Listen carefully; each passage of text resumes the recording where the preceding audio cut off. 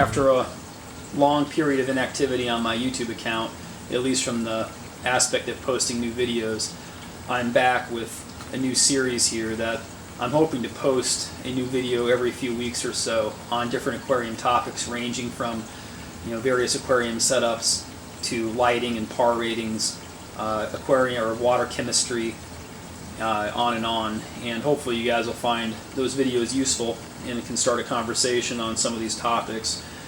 But this particular video has to do with my latest aquarium build, which is obviously an African cichlid setup.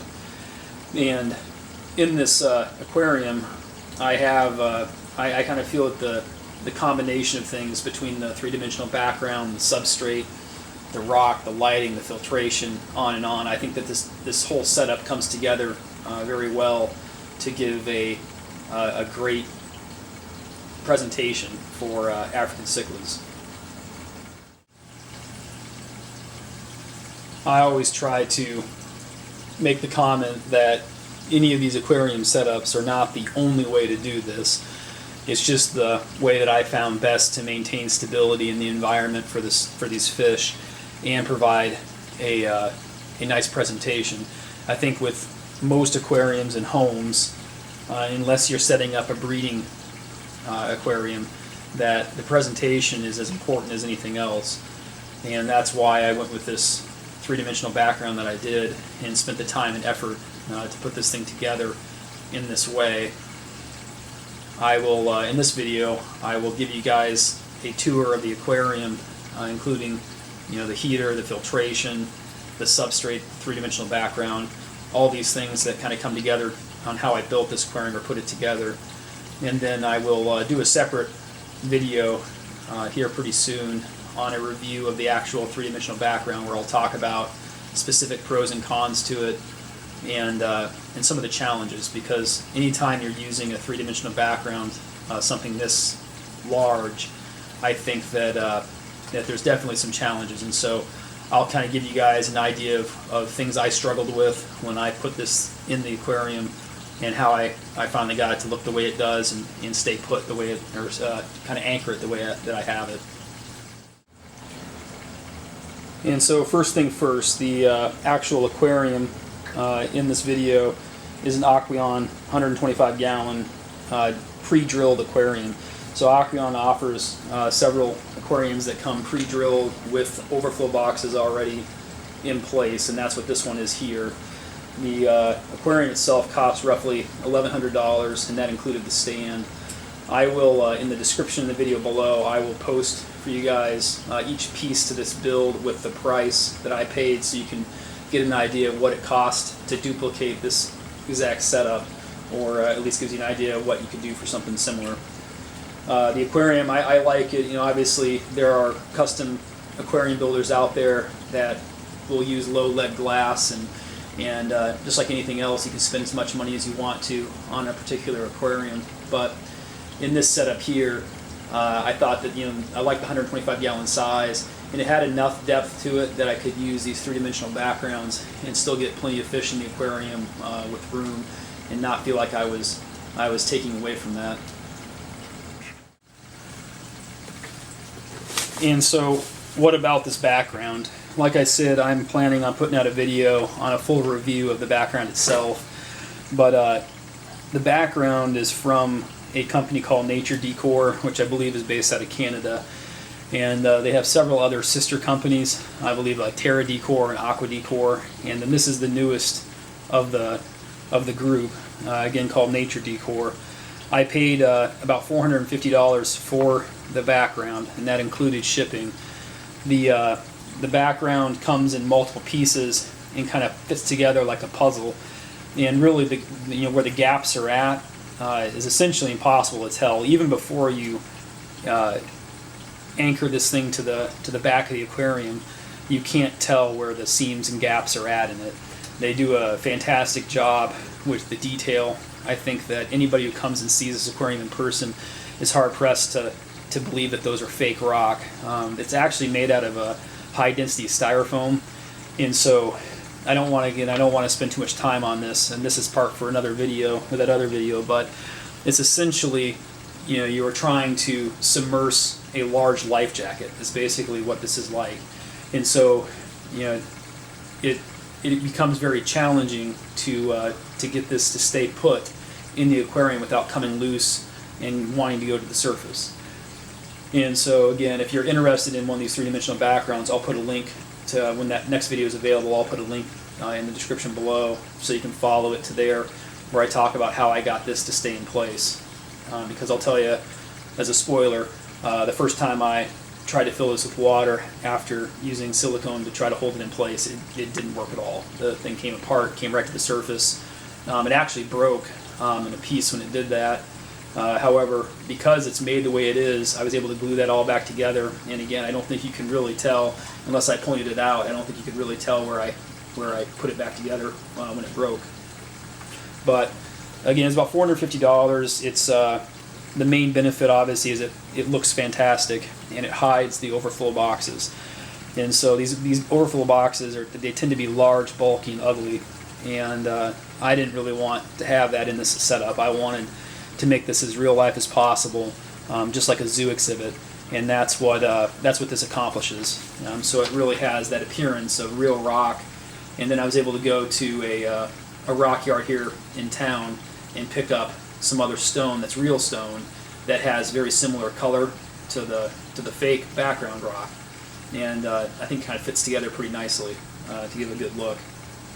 It also, because it's three-dimensional, you can see where the fish are moving around. It actually provides some cover and places for them to hide, just like real rock would when you're trying to stack it up. I mean, most people, if you look at their cichlid aquariums, they just stack up cobblestone in the aquarium to give places for the fish to hide.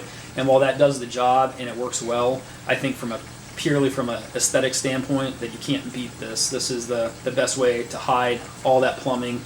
And if you need to hide filters and things, it'll actually set this up, build it for you custom to where it hides all that. This is, for $450, it sounds like a lot of money for a background, but this is all built by hand, all built custom spec, right to the exact fitting and size of this aquarium and the overflow boxes. From one view earlier, you could probably get an idea that because those overflow boxes are as large as they are, the fake background, that three-dimensional background, has to stick out quite a ways.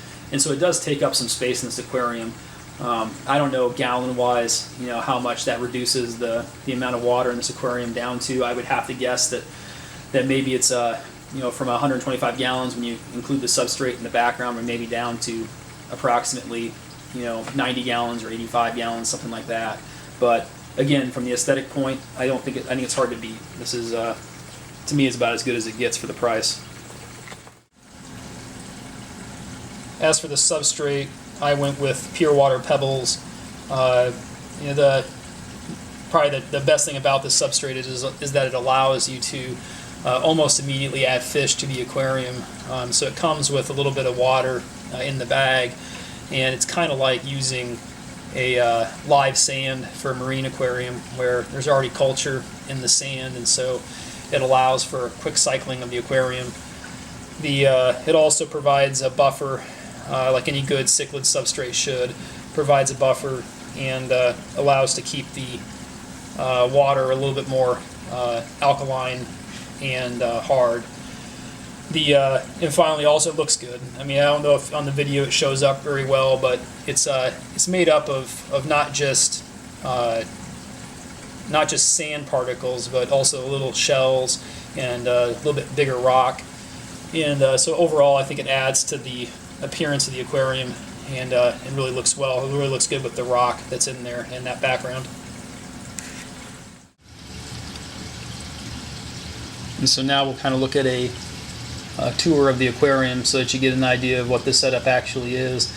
As I said earlier, this was a pre-drilled aquarium, 125 gallons, and so it came with overflow boxes already installed, and had this plumbing that you have to put together yourself, but obviously fairly easy to do. And so you can see there's essentially two large overflow drains that will run down into a wet-dry filter. I'll show you in a second. And you can see here the return. This is one of the two return pipes that are leading back into the aquarium, and I'll show you the pump and the whole system here.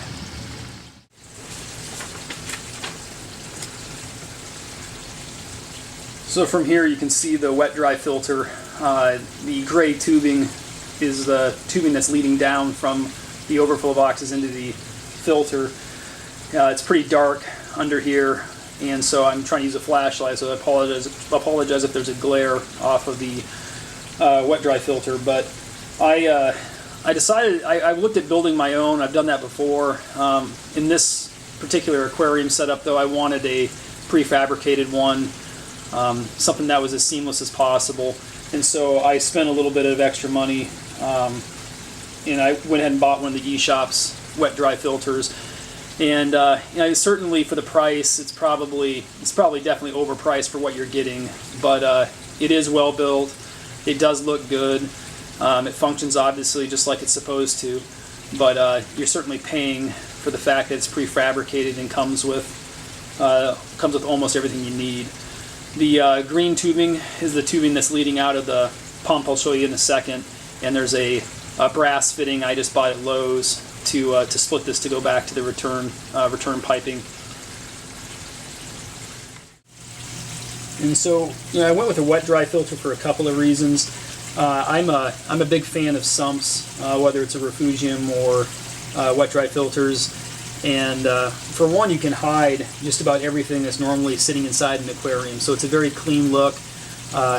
In addition, although it takes maybe a little more effort to set it up, in the end, it's way less work than having an HOB filter or especially a canister filter.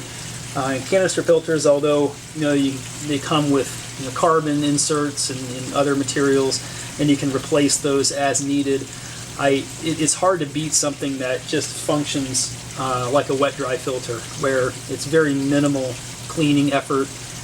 There's a polishing pad on the top that you can rinse out and clean once in a while, but otherwise the bio balls you essentially leave alone and never touch. The heater for this aquarium is underneath the grating, so you can see the blue bio balls, and then there's a white grating there, and underneath that there's about probably 4 or 5 inches, probably 4 inches of space where the water collects, and that's where I have the heater. And I went with a Finnex digital heater. It's an 800 watt titanium tube, and again, you're paying a little bit more for that, but it's a top of the line heater. Being digital, you can keep a stable temperature again with pretty minimal effort, and I'll show you the setup for that here in a second as well. But back to the wet-dry filters. For one, you can hide your heater. It also oxygenates the water really well. That water trickling through the bio balls helps to oxygenate, and so again, you eliminate the need for an air stone anywhere in the setup. I already talked about how it's very easy to maintain, and then provides an ideally stable environment for an aquarium.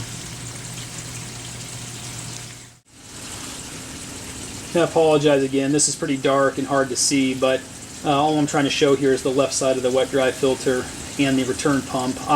This pump here is a Rio Plus 3100. It costs about $60 and provides plenty of circulation for this setup.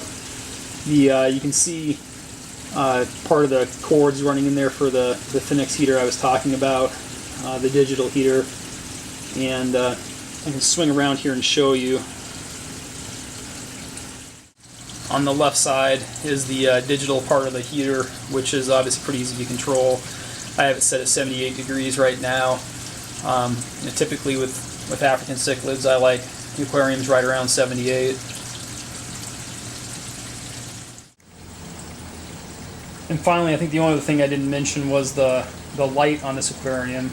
I've had multiple different LED lights in the past, and obviously when you have a cichlid set up and you're not worrying about growing plants and coloration of plants, it mostly comes down to the fish and then somewhat the rocks. And I went with a light, a Beamswork EA, that 0.5 watt 72-inch light.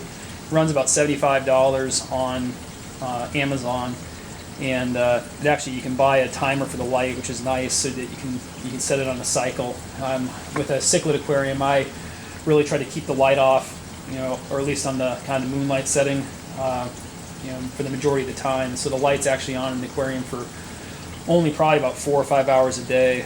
That helps to minimize algae growth. And when you're not worrying about plants, then And really, you only want the light on when you're home to enjoy it. Otherwise, it's all it's doing is growing algae.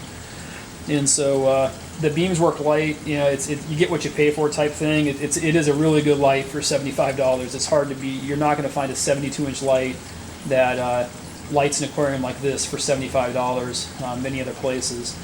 The Beamswork light, people like it for cichlids because it has it's kind of blue heavy on the spectrum, and so it really, you know, brings out the blue colors on the darker, the blue and black cichlids in there. You know, I think it does a pretty good job of not really bleaching out the yellows and oranges either. The rocks, you can see, I kind of was going for that appearance that you're seeing on the video there. You know, I could have, I think on the video we're losing a little bit of the red. It actually appears more red, the rocks do in person than they do on this video. But all in all, I think it's a really solid light for the price. So, you know, in summary to this, I again say that this is not the only way you can set up a cichlid aquarium. It's certainly not a budget build, but I think you're hard pressed to find a better looking cichlid aquarium setup. You know, you can spend, you know, crazy amounts of money on backgrounds that are out there, but this one, I think it looks really nice without, you know, paying a fortune for it. You can definitely do a budget build and do some of this on your own, but if you're willing to spend a little bit extra money, I think it's hard to go wrong with a cichlid setup like this. If you guys have any questions or comments, please feel free to post below. Again, I'm going to hope to try to post some more videos onto my account. You know, trying to post something every couple, 2 to 3 weeks on different topics in the aquarium hobby, ranging from, you know, anything from growing plants and pressurized CO2 to PAR values and LED lights, and other various topics. If you guys have some other ideas on videos you'd like to see, feel free to post them below. Thanks.